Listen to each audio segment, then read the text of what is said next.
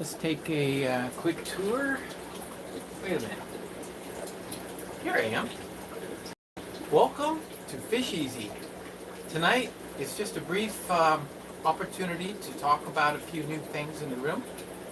And if you're watching this particular program on the replay, be sure to say replay in the comment section, or you can leave a question. Tonight we're going to take a look at a couple of things, but I don't want to be promising because having a little power issues at the house.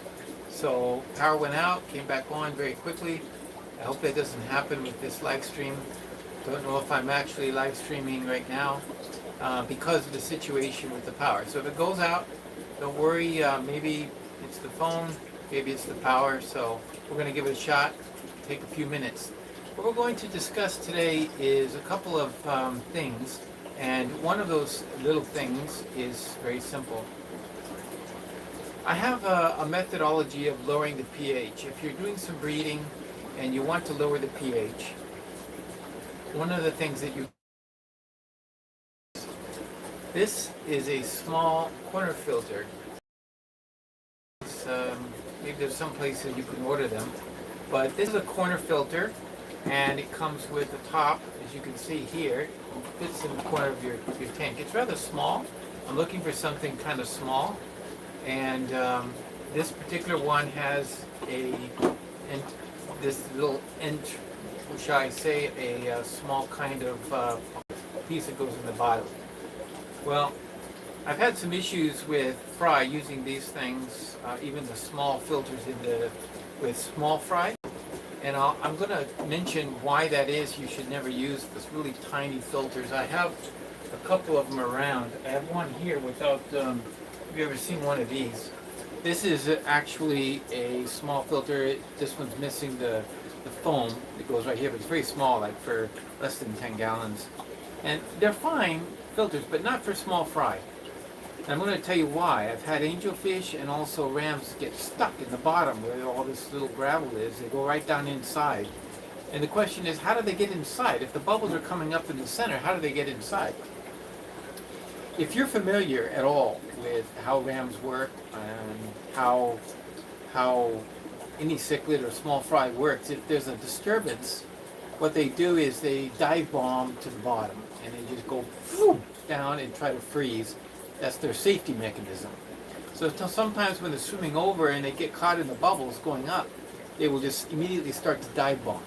And I think that's what's happened, is they will come over and somehow dive bomb right through they'll swim past, because it's a very quick jerk of reaction. And the quick jerk reaction causes small fry to go inside. And then I find them, you can see them through the side trying to get out because they can't figure out how to get out. So I stopped using this in the small little jars that I have and so forth. It's okay for bigger fish that are not likely to get, not sucked up, it's actually the reverse, for them not to go inside, because of the sponge on the outside, they can't get in the direct way, you have to go the indirect way. And so that's how they're doing it. It's that natural reaction. So at any rate, what I'm going to show now is how to put together, what I've got is some weights. This is the weight, it's just rocks. It goes in the bottom. I think when you buy the filter, it might come with that. And I have this little top here. Let's see if I can get it off. Yeah, it goes down all the way. Let's see if I can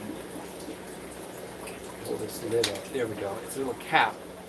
And this cap just holds, what it is basically we've got rocks that basically act as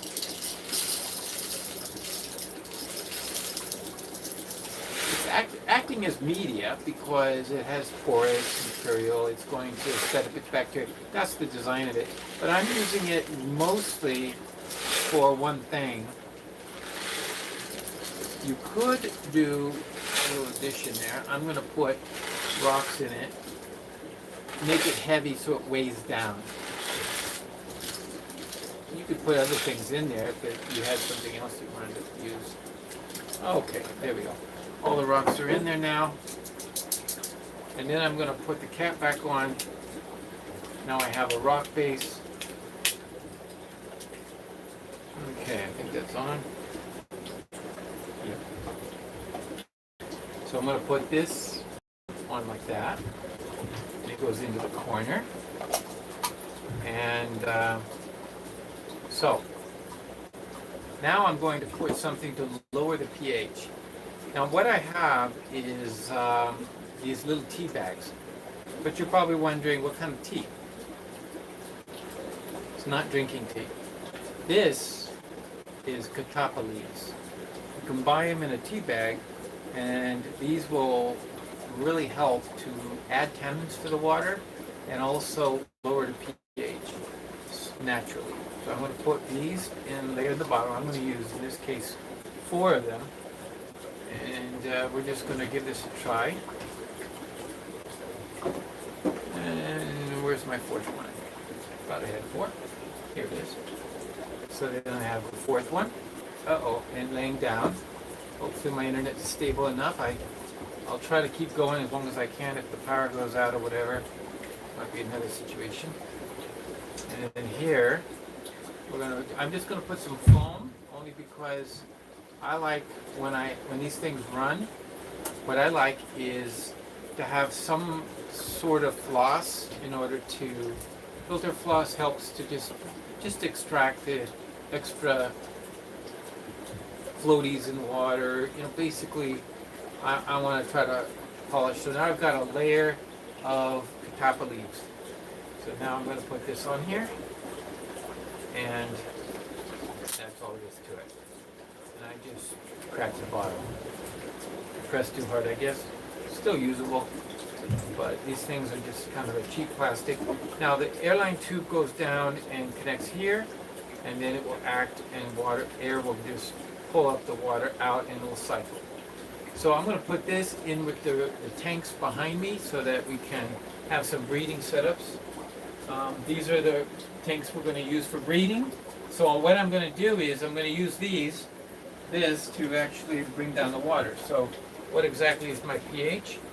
I checked it earlier, it's 7.6. So I'm going to put it in tonight, and I'm going to measure it, and maybe next week give a report on how many days and each day what the pH is done. So we'll test this out, and we're going to see if it really does a good job. So maybe it needs more tea bags, maybe less, I don't know, but we're going to give it a shot. So putting that aside, that's our experiment for the week. I also wanted to just quickly share with all of you something for the red lizard plecos. Red lizard plecos I have found that they tend to do well with the kind of tubes that are open at both ends, because they tend to go back and forth. They're kind of elongated pleco, and I'm going to use 3/4 because I had a lot of success with the red lizard pleco. I'm going to show that to you in just a moment. And he prefers the cave that I gave him, which is like a tube, but not PVC. I'm going to try using the PVC. So I have a couple of plates.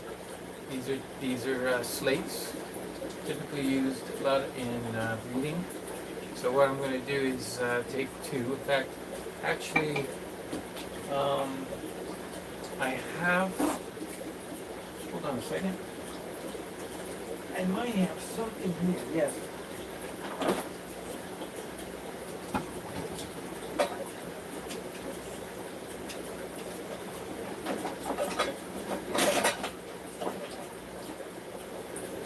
My bag of tricks. Yeah, okay, I have a bag of tricks. These are a little wider. These are tiles, and I've shared these with you before, but what we can do is I might use these instead, because these are so narrow. They're good for probably angelfish eggs, but this one is a little longer. So what I want to do is I want to set up something I can set right down on the bottom of my tank, right on the sand, basically, right on the substrate, because I want to put in like a little hotel so that the male can choose the one he wants, and it also gives a place for other fish to go. But let's say, for example, I have this tube. This one is actually how many inches? Let me see if I have a tape measure. Yeah, every fish room's got to have a tape measure. So what we're going to do is we're going to just take a quick look. This is about 5 inches. So I'm going to use 5 inches, and I'm going to take this and I'm going to put it on the bottom. So I'm going to use hot glue, or I can use silicone. And I probably will try hot glue first and see what happens. So what I'm going to do is I'm going to take these and I'm going to put them a little cockeyed. I don't need to have them straight front and back. They're going to be like at an angle. See how they're at an angle? This is what I'm going to use. I'm going to put it like this. This is the bottom. So this will set right down onto the gravel. Then I'm going to put 2 more, but the next 2 I'm going to turn the other way, and so I'm going to put them like this and put another top. There we go. So now we have it. We have this sandwich where they're going one direction, and let's see if I can hold it up. I don't know if I can with all my fingers. And there's what the house will look like. So I'm going to do it like this. It gives them options at different angles, and at the same time, it's sort of, they don't protrude too far. And then there's these plates, and the fish can be up and about. So we're going to give this a try.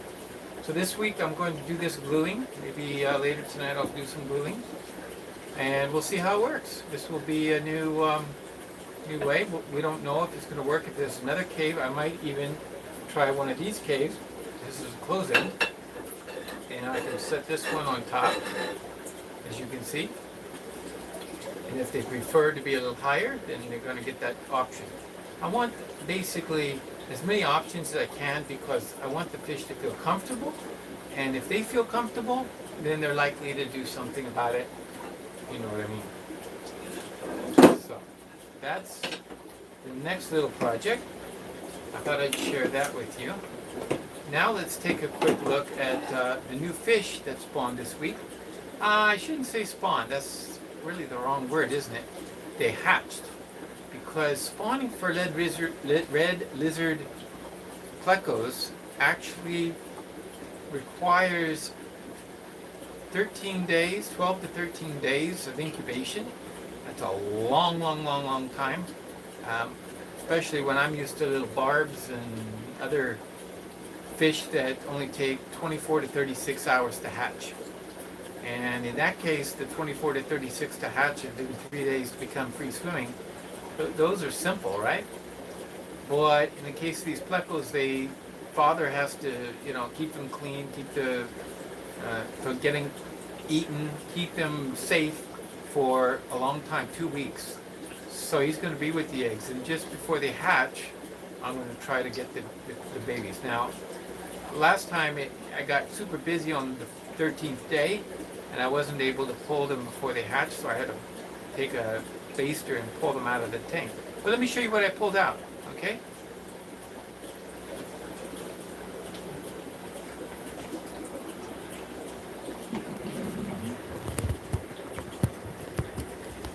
Okay. We're gonna take a look here. Turn the camera around. Okay. Take a look at our tank. This is where Dad is. He always hangs out in this one. This is the actual pleco tube that he prefers.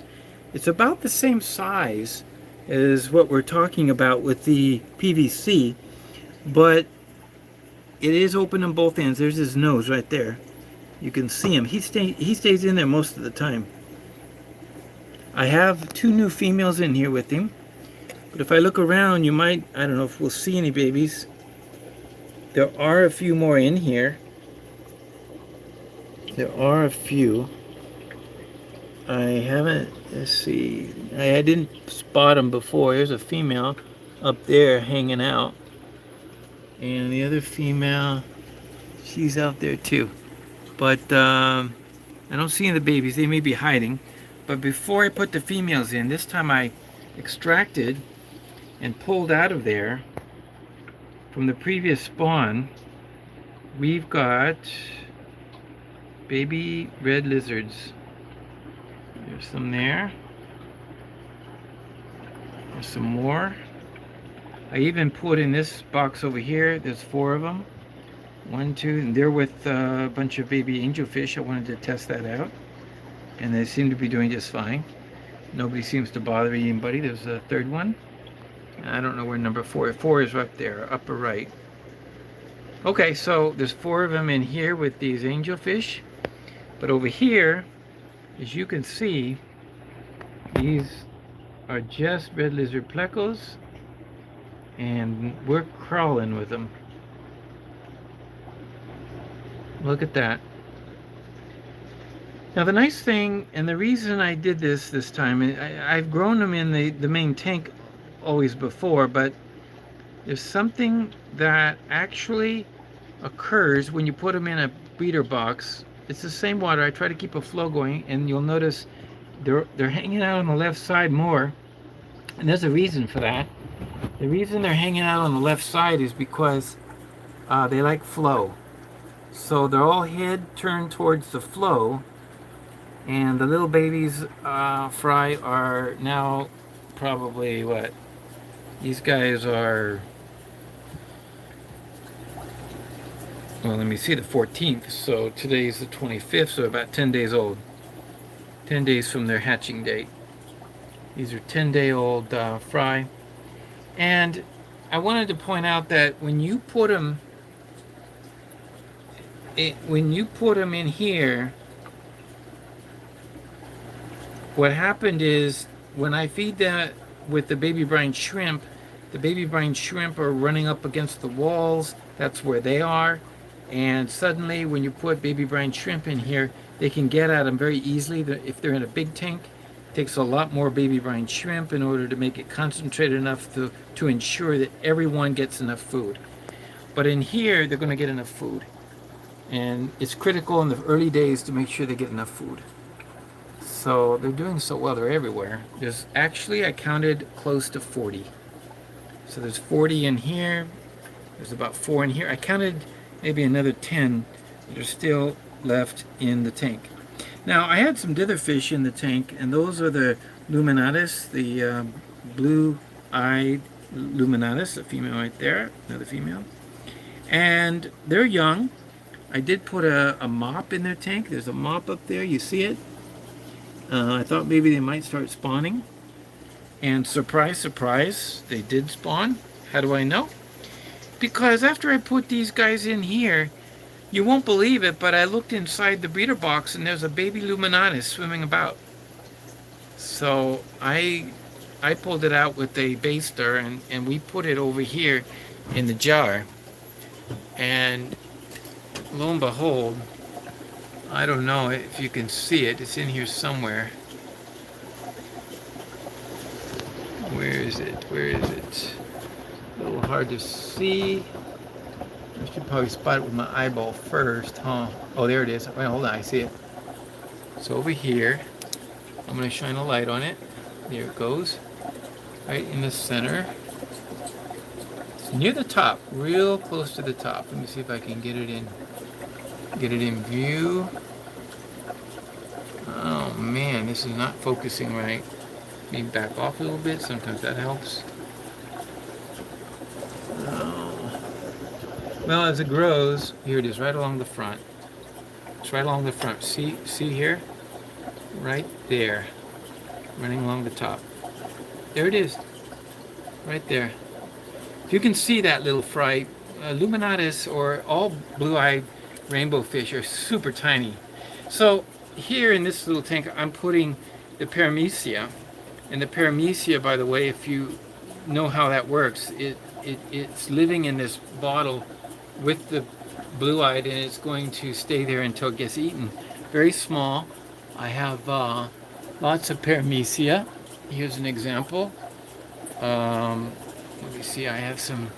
I'm going to pull down the culture from above. There's my cultures all up here ready to go. Here's the one that I'm working with now. See if we can see what kind of paramecia you got in here. It's very tiny. I don't know, it's There we go.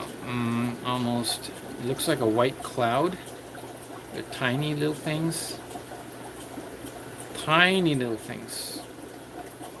But so. Let's see if I can maybe catch him down here. It looks like, believe it or not, it looks just like a. Okay, it's in focus now, but you probably don't even recognize them as small creatures, because in fact they are. Looks like a white cloud when there's a cloud of them. So that's their food when they're that small. But in the case of the red lizard plecos, they eat baby brine shrimp. So the baby brine shrimp immediately can go into their tummies, and that's what you get. Nice yellow, or I should say orange stomachs. And that's great. And there was a question that someone in the chat just made that says, oh, how did I get lucky and get a male, female, and everything, a pair? No, I don't have a pair. I actually have 3 females and 1 male. What happened was I got 6. They were the offspring 6. I originally started with 6. They were the offspring of a female I had and a male that Malik King had. And so he spawned the female and gave me back 6 babies. Now, of those 6 babies, of those 6 fry, I raised them, grew them out, and one of them had an accident, and one of them disappeared. I don't know, it died somehow. Never did see it. But I had 4. One was a male, and the other 3 females. What I do is I put, like, for example, right now there's 2 females in here. So I will put 2 in here. One will trap, and then when I see one trapping, I pull the other one out. When they're finished trapping, I pull the other one. If she traps and then they're successful and there's eggs, I will then pull the other female out and have no females in the tank. And then Dad just sits there alone with his eggs until they hatch.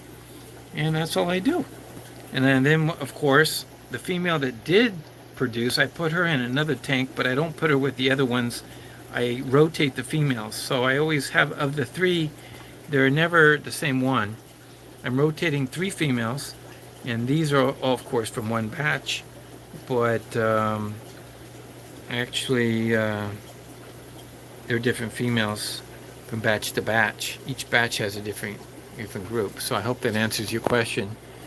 Yeah, I am glad I have a male, and I've not found too many males. Of the fish I brought over from the grow out center, I have some females. They're like a bunch of females. I don't know if there's a male in here. Let's take a quick look at them. Right now they're just kind of in a holding. There's one on the heater over there, as you can see. I have 2 heaters because one of them didn't seem to be working, so it's unplugged, and I just have the other one. I didn't want to bother to reach in there. But there's one there. There's one on top of that cave. There's one in the back by the filter. There's another one at the end of this cave. So there's a bunch of in here. There's 4, as you can see right here. But as it turns out, I don't see any males in this group. So it seems like they're all females, my guess. And with all the caves in here, not one of them has gone into the cave. So it gives me indication that they are females. Now, that's kind of interesting because I don't know what the sex ratio is normally on these fish, but they tend to be. Now I'll show you the progeny that I have from doing my rotation method. We're going to come over here to the grow out tanks, and as you can see, there they are. They're looking good, but can you tell males and females at this age? I don't know. These are about twice as big as the ones I see at the pet stores. I saw some at Tails and Scales recently, I think it was. And they were asking $15 or so, somewhere in there. But they were half the size. They were quite young. I'd be leery about buying red lizards so young. And here's another tank. And as you can see, some of them are quite big. I mean, they're getting up there. In the back, there's a couple of smaller ones. There's 4 I can see in the screen right now. So they're doing well. They're growing. And I feed them all kinds of simple things, like I'm feeding them baby brine shrimp. I'm feeding them grindle worms. I'm also feeding them, they also eat the basilar granules. So that's what we got here for the for the red lizards. Now, while I'm just standing here, I want to turn around and show you in our new contraption. I'm going to talk about this contraption for just a few minutes. This is the method of keeping eggs and fry warm while they're growing. Now, I want to talk about a couple things about this. Let me see if I can bring my tripod over. See if I can put it in here. Okay. All right, we'll see if this works. Hold on. Testing. Okay. I have to tilt. I'm going to move it down just slightly. I think I can move it down. Yeah, there we go. This is kind of a new contraption for me, so I don't know if it's going to pan out if I want to keep using it, but here we go. So here I'm going to show you. This is a 5.5 gallon tank. What I've done is taken one of the medium breeder boxes. This is a breeder box, and I've set it on the inside. Now the reason it's on the inside, and if it were flowing water, it would come out. So if it was hanging on the outside, the problem is if I have it hanging on the outside, it's going to be room temperature. There's no heater for those things. And the room gets to be 78 to 80. I wanted to up it up, so the water inside, I put the heater up to about 84. So with the heater at 84, this is guaranteed to be 84. Now they were just eggs. So the concept is I'm not feeding them yet, so they don't need good water circulation. What they need is good temperature and oxygen. And this actually, for the eggs, I had RO water. And so now that they've hatched, I just have one of these simple air bubblers to give me some air. Now, when they start feeding, it's a different story. And then what I'm going to do is I'm going to reverse it, and I'm going to take warm water from above and drip it into the breeder box, and then let it drip out into the tank. When it drips into the tank, there's an overflow, and it's going to drip out of the tank. So it's just a continually drip system. That will be best. Now, what do I have in here?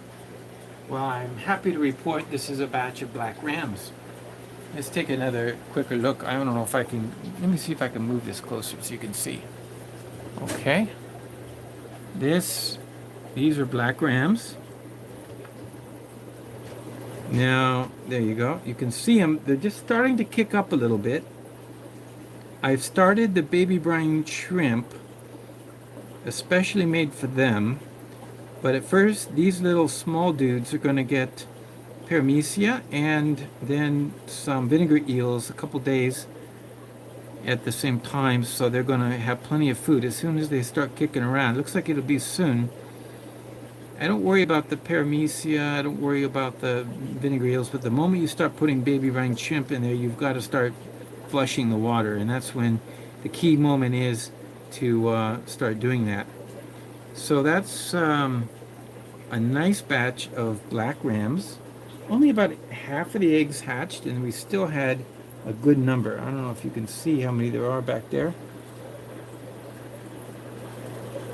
If you can see, there's also some in the front. Let's take a look. Oh, there they are. There's a bunch at the lower part of your screen. Let's see if I can get my camera up close. Those are all black rams. Now, some of these might end up being gold rams, but at least we have the black rams. So thank you very much for checking that out and being patient with me. They're from They're from tank F3, and they were hatched, or they were laid somewhere about March 21st. So it gives you an idea that this is only 4 days. 4 days thereabouts, and they're not quite free swimming. Okay, so let's see how that works. I'm going to try reversing the camera. I don't know if that works very well. Yeah, I'll just leave it here. Why not? Okay.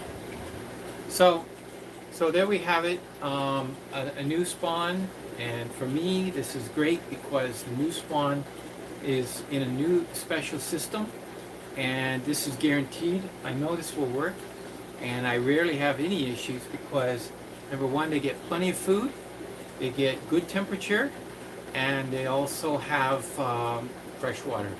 And when you drip them, you can control the rate of drip, and it really works well. So that's what I had for you tonight. We're going to give this a try. We're going to see how this works with the pH.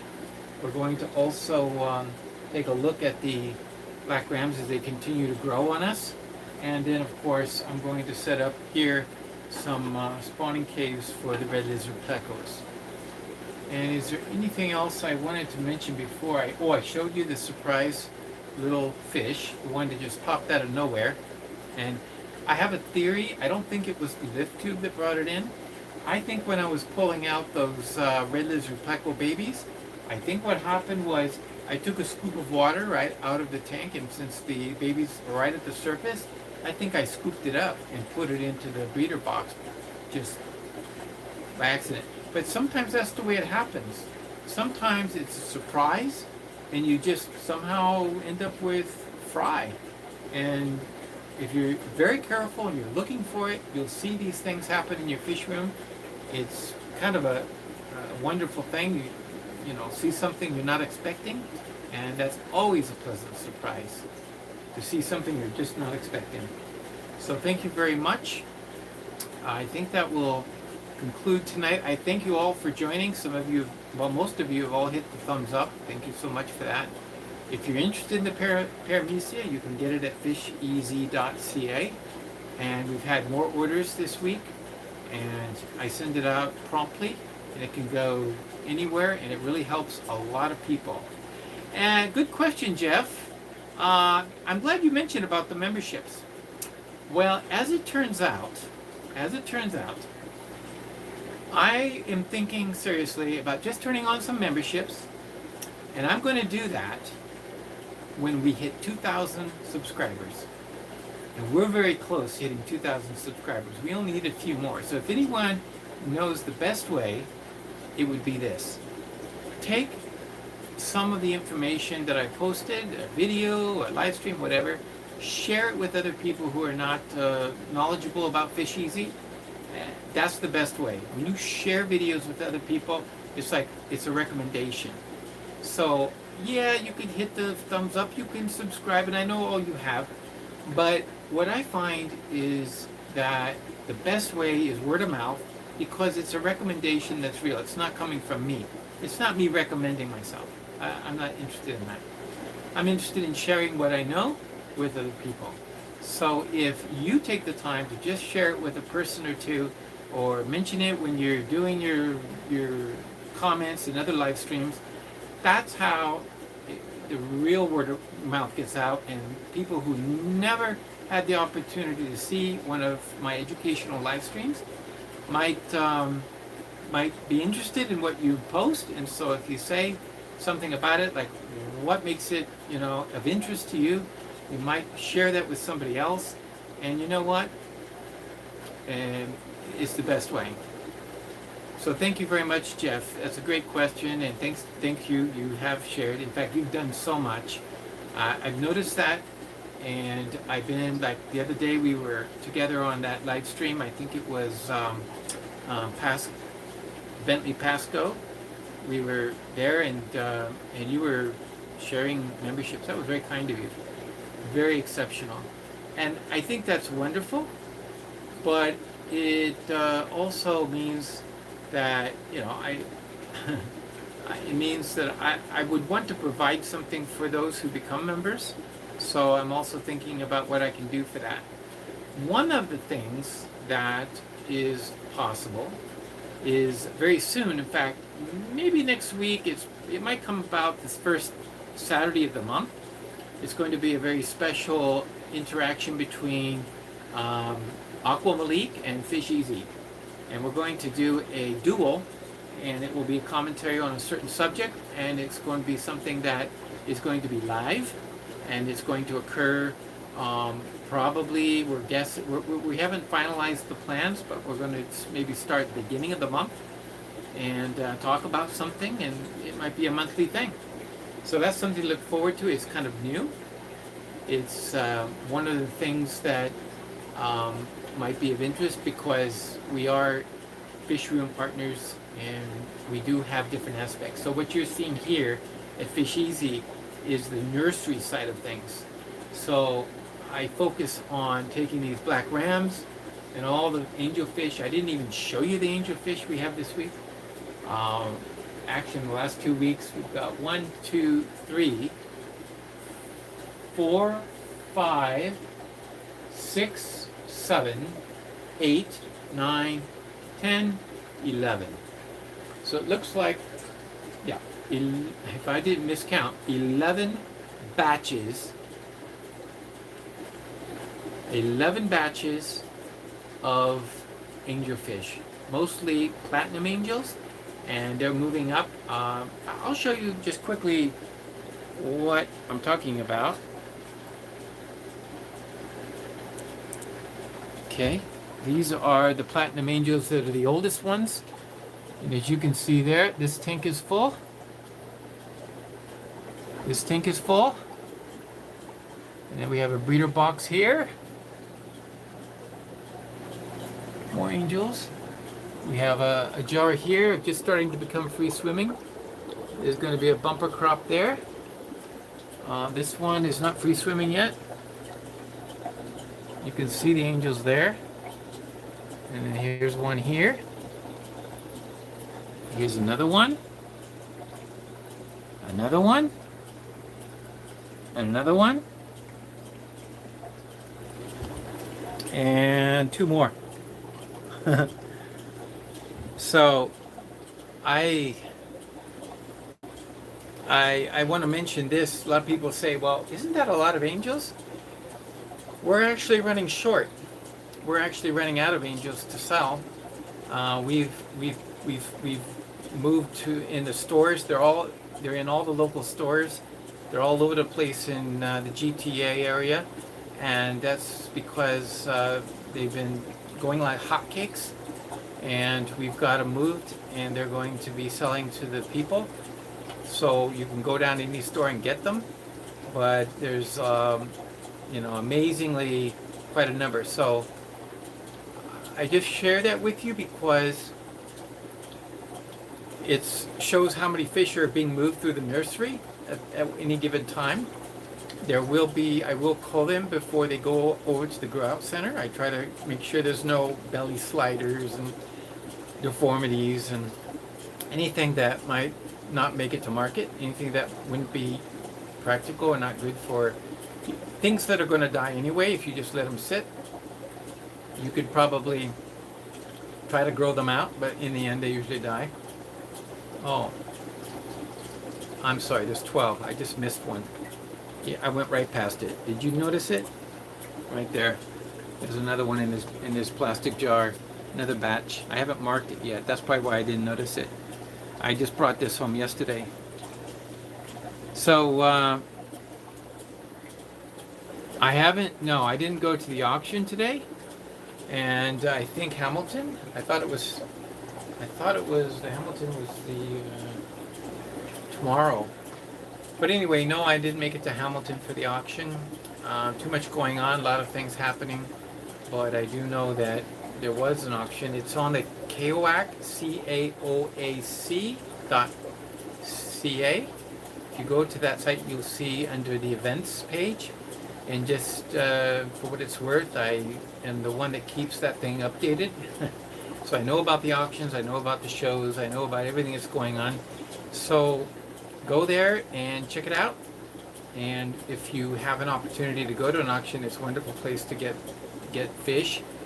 There will be an auction later in this year, and I'm pretty positive, 100% positive in fact, since I'm already planning to go, that I will be bringing lots of fish to that auction. Who knows how many fish you can grab. I've got probably, I'll build up my numbers. Maybe I'll have some of the glow light danios. Maybe I'll just try to bring a variety of things.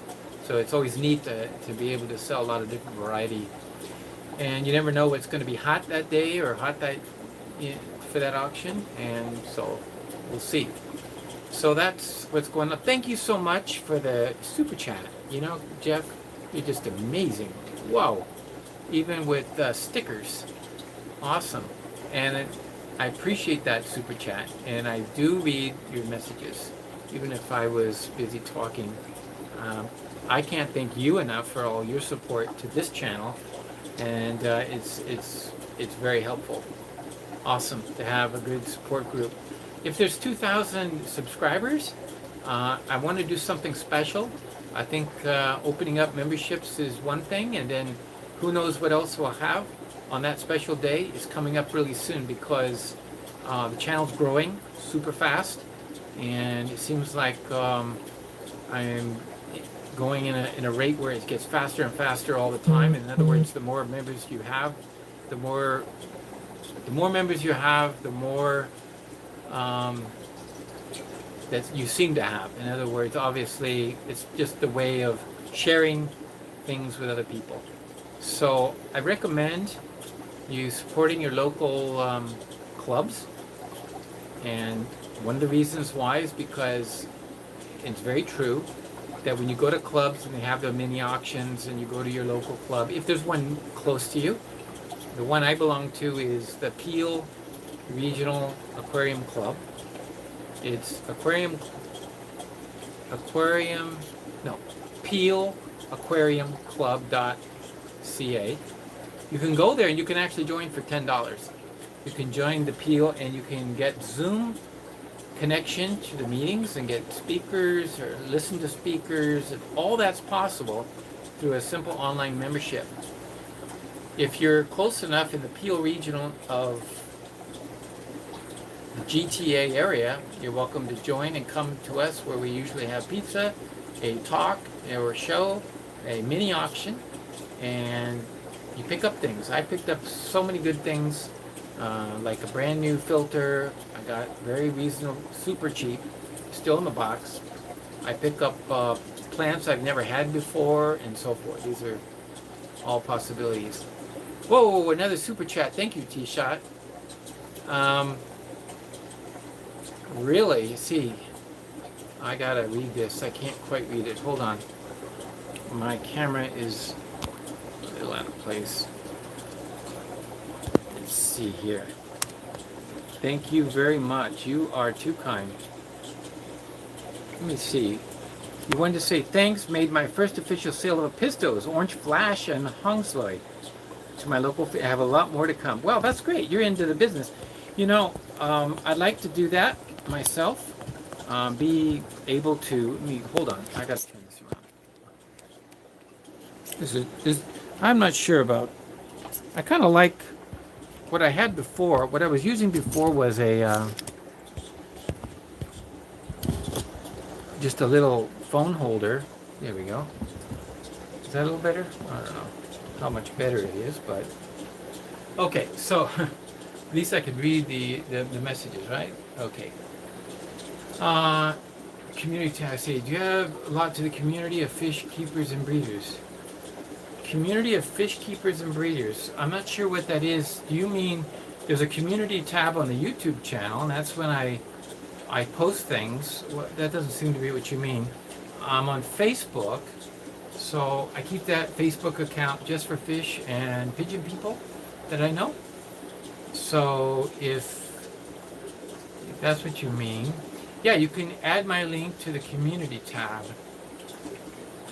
Okay, yeah, I'm not sure which community tab that is, but yes, of course, you know, by all means, it's youtube.com/@fisheasy, and that's my handle.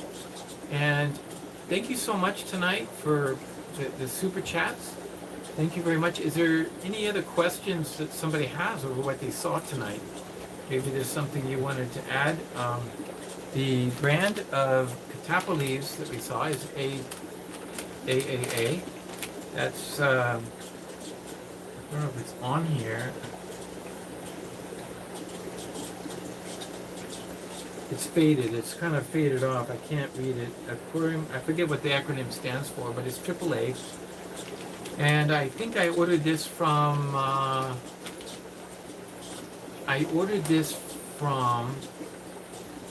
see, hi, can you add the fish club you support to your community tab? Oh, that's what you were saying. Oh yeah, that's a great idea. Why haven't I thought about that? Take my community tab and make sure it's there, post it. Well, yes, I will do that. And also aquarium.biz, of course, that's the connection between Aqua Malik and Fish Easy. Together we form the aquarium.biz, and I hope there is a website. It's still under a little construction. There's still things we're doing, but you're welcome to always pass by there to see what activities we got going. We'll probably talk about that more as time goes on. And now Chris Stubbs is finally with us. Thank you, Chris. And by the way, since you're here, I want to mention about the black ruby barbs. I put a pair together in tank number 1 here on the workbench. Day 1, the female just chased the male. It was kind of crazy. Day 2, finally the male got in the mood, and he started chasing the female. And I saw him spawn after spawn after spawn after spawn. They were just going crazy the whole day. Eggs everywhere. You could see the eggs. Unfortunately, not one hatched. So the male is probably a little too young, inexperienced, and I was sad about that. So I'm going to give it another try. The female is an adult. She's got lots of eggs in her. Lots of eggs. She's quite plump. And if she spawned the first time, then I'm glad about that. I'm going to keep working her until I get a good size spawn. So I know it's a female because they're older. I got it from Tails and Scales. I was walking by it. I saw a tank with one female black ruby barb. Well, actually there were 2, and I got both of them. But one of them didn't make it. There was an issue in the tank I was quarantining them in, and she passed. So I got the one. I'm going to work with her. She's doing great. But that's the good news and the bad news. You try, and just to talk about fit, my RO water is talking to me. Hold on a second. I'm going to turn it off.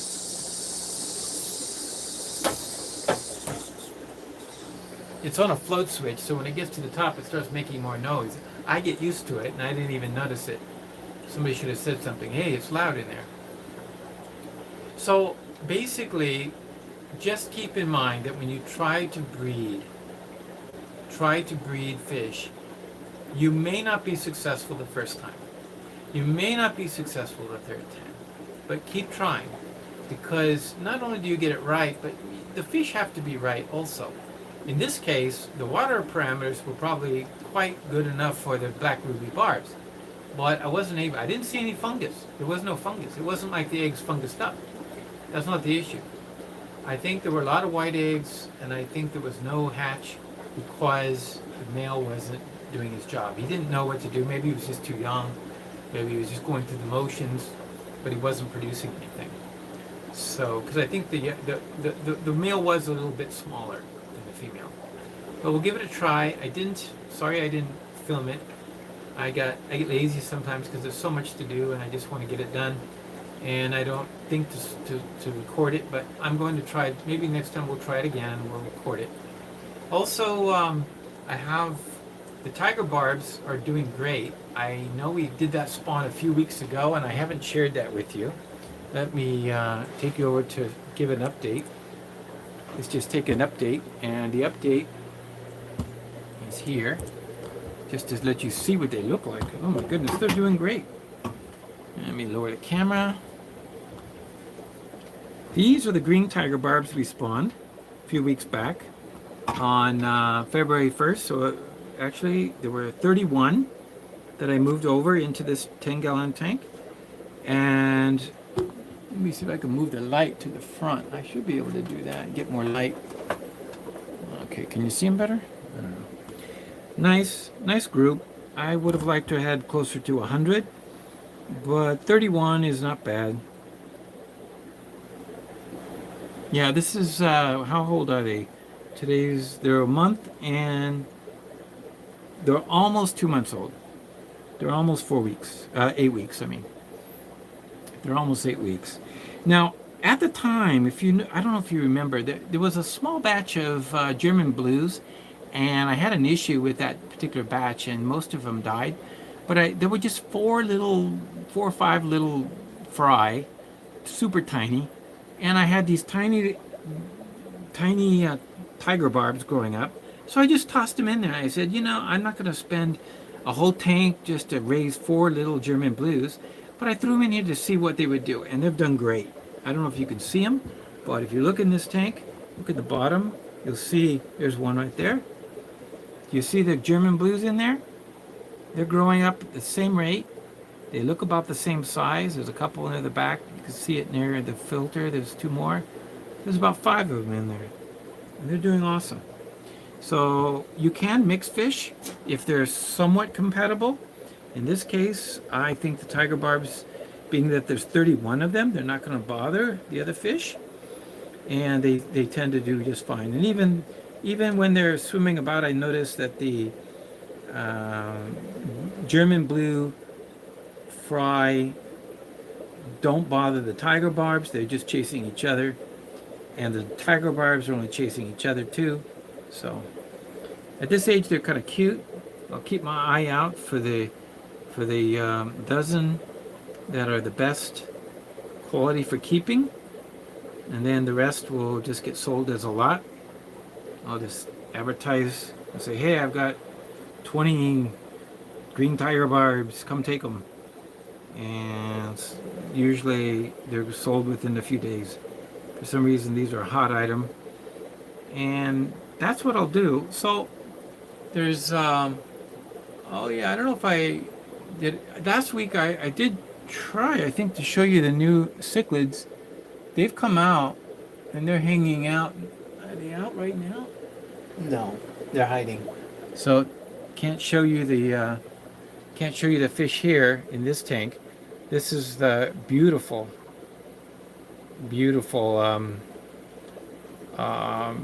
pair of West African cichlids, and they're starting to color up now. I'm feeding them Daphnia. There's tons of Daphnia. I'm going to work with the Daphnia. I have plenty of Daphnia. That's, looky here, there's a culture going on right there. That's my Daphnia in a gallon jar. But if you want to see lots of Daphnia, I have a 5-gallon tank down here. This is full of Daphnia. And that's my Daphnia source. If you look in the corner, rotate device. Okay, something didn't like that. Okay, I was holding the camera bad. So, hope you enjoyed that. This is tonight's episode. It's kind of tonight was just sort of a quick rundown of what happened this week. I really wanted to show you those red lizard plecos. Great. If you've missed it, you're joining us just now. Hit the thumbs up, but go back and start over so you don't miss out on those little fry. I pulled out 40 of them, and 40 plus, I should say, and they're really looking marvelous. So they're doing very well. So here, the baby brine shrimp are a necessity, and so I go full tilt on the baby brine shrimp now with so many boxes of fry.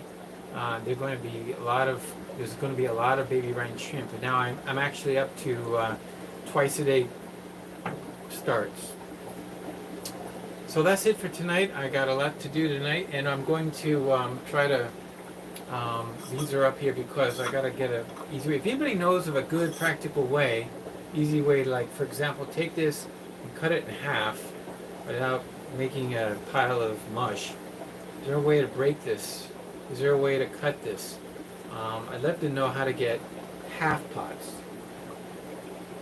And I've seen them. How do they do it? If I take a hammer and just like smash it, I don't think I'm going to get the same results of what I really want to do.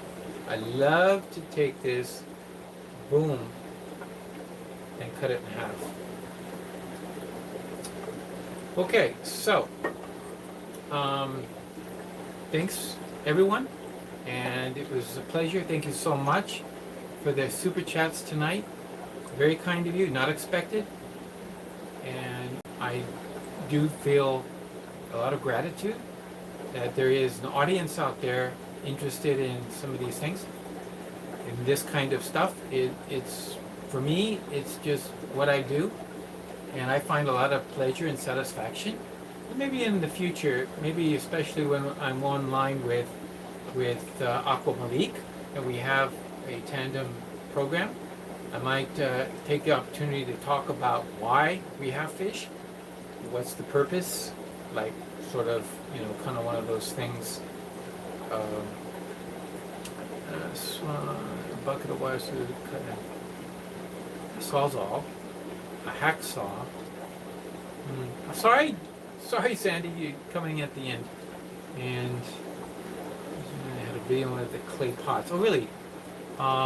Okay, so somebody's done that, Fish Lab? Okay, let me check that out. I'm going to check that out. That would be really nice. So that is, oh yeah, Lowe's Fish Lab. He's one of my favorite channels. I'll go check it. He's got great stuff, and he does quality videos. This week, I did see a video. I was watching Tom's another complete tank by tank tour, and he's got the right idea. From time to time, you need to do a tank by tank tour, because maybe there's new people, or things change, something new. And unfortunately, when I watch those, I really need to have a pencil and paper and write questions down, because there was a couple things I wanted to ask Tom as I'm watching through. Then when I get to the end, I can't remember what the questions were. What were my questions? I hate that, forgetting what I wanted to ask, and then maybe it'll come back to me.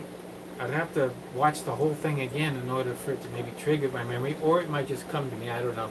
But if it does, I'm going to send those questions to you, Tom. Tom, I appreciate everything you do for the fish world.